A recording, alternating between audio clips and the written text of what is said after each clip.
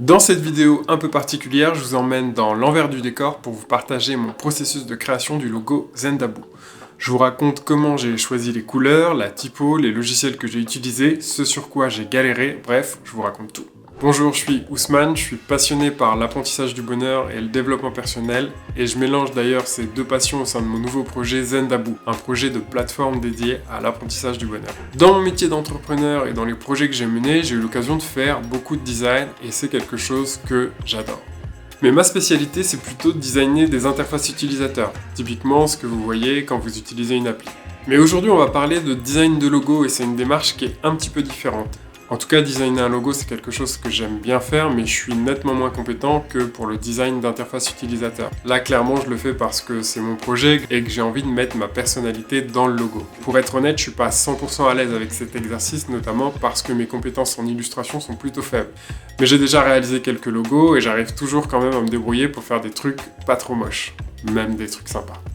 Sur Zendaboo, je parle énormément du bonheur, c'est mon sujet favori. Et d'ailleurs, ma mission et mon envie, c'est de créer des outils pour aider les gens à être plus heureux. Donc, bien évidemment, je me devais de faire ressortir cette volonté au travers du logo. Ça va donc être ma première contrainte, faire transparaître l'idée du bonheur. La seconde contrainte, elle va venir du nom, puisque dans un logo, le visuel va être très dépendant du nom et de sa signification. Alors, le nom Zendaboo, parlons-en justement. D'ailleurs, si vous voulez m'aider, vous pouvez me dire en commentaire ce que ça vous a évoqué le mot Zendaboo la première fois que vous l'avez entendu. En tout cas, le mot Zendaboo, il m'a été inspiré par le mot Zen, qui fait référence à un courant du bouddhisme japonais, mais qui dans le langage commun est plus utilisé pour décrire un état calme, une forme de self-control. Et j'y ai accolé à la fin le mot Daboo, l'idée c'était de faire référence au Bouddha, qui est donc le fondateur du bouddhisme, et qui évoque là encore le calme, la tranquillité d'esprit et l'éveil spirituel. Et je trouvais ça plus cool d'un peu le camoufler en le mettant à l'envers, parce que Zen Bouddha c'était pas ouf, et j'aimais bien comment ça sonnait Zendaboo, et visuellement je trouvais ça cool de l'écrire avec deux O à la fin.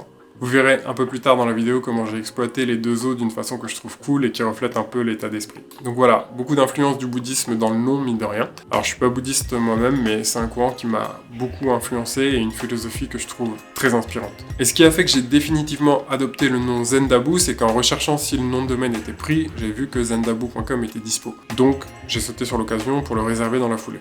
Parce que oui, trouver un nom de domaine disponible, c'est compliqué. Voilà, vous savez à présent ce que veut dire Zendaboo. Maintenant, voyons un peu comment on peut transmettre ça dans le logo.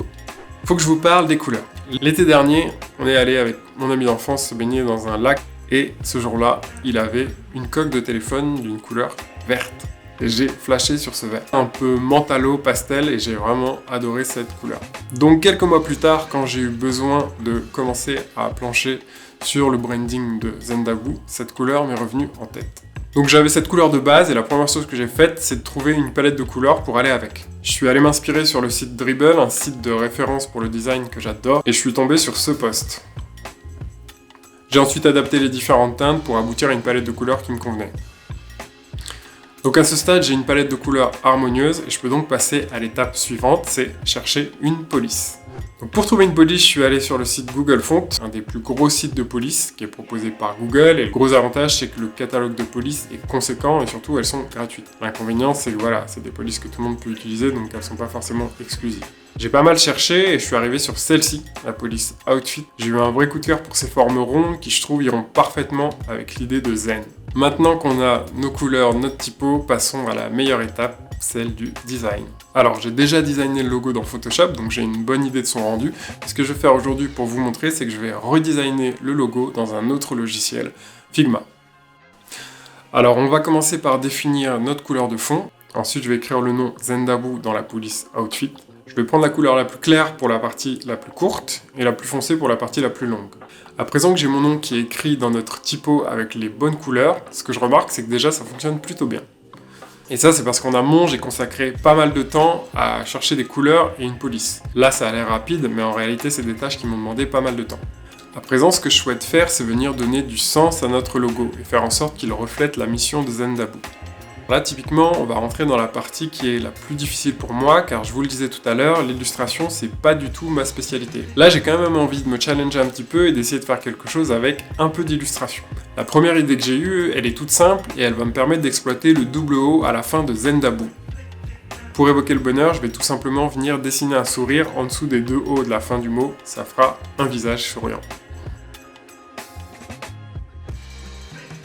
Alors je suis pas mécontent du résultat, mais bon, je dois dire que je me suis très peu challengé en vérité, j'ai juste dessiné un trait. À ce stade, le rendu est vraiment pas mal, on a à la fois une typo sympa et des couleurs qui vont bien, un élément de design qui rend le logo unique, mais il y a un petit truc qui me gêne, c'est la police. Je vous l'ai dit, j'utilise une police Google et une police donc que n'importe qui peut utiliser. Idéalement, j'aimerais bien avoir une police exclusive, mais comme j'ai pas les compétences pour totalement dessiner mes lettres, je suis bien obligé de prendre une police qui existe déjà. Mais j'ai quand même envie d'essayer de la modifier un peu pour la rendre unique. Ce que je vais faire, c'est que je vais simplement venir retoucher certaines parties des lettres. Je vais donc venir adoucir les barres du D et du B et aussi retoucher un peu le Z.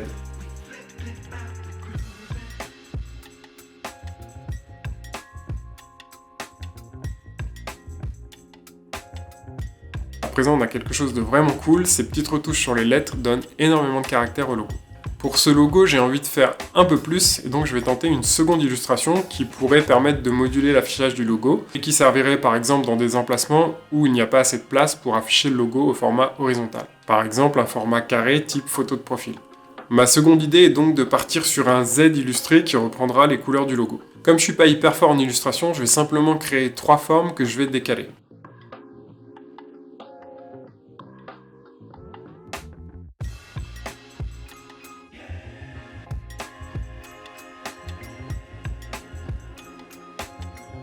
À présent, il me reste plus qu'à venir décliner mon logo en différentes couleurs pour différents cas d'usage, par exemple sur fond clair ou sur fond sombre ou au format carré ou horizontal.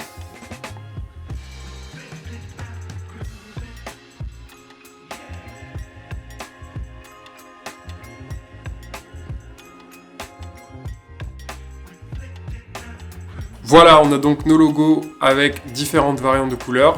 En tout cas, n'hésitez pas à me dire ce que vous en pensez et surtout quelle variante vous préférez dans les commentaires.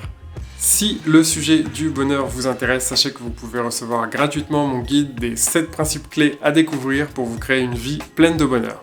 Et ça sera l'occasion pour vous de voir le logo en vrai sur le site Zendaboo. Merci de m'avoir consacré un peu de temps aujourd'hui. Si cette vidéo vous a plu, n'hésitez pas à me l'indiquer. D'ici là, je vous souhaite de passer une bonne journée et si le cœur vous en dit, cultivez votre bonheur. À bientôt.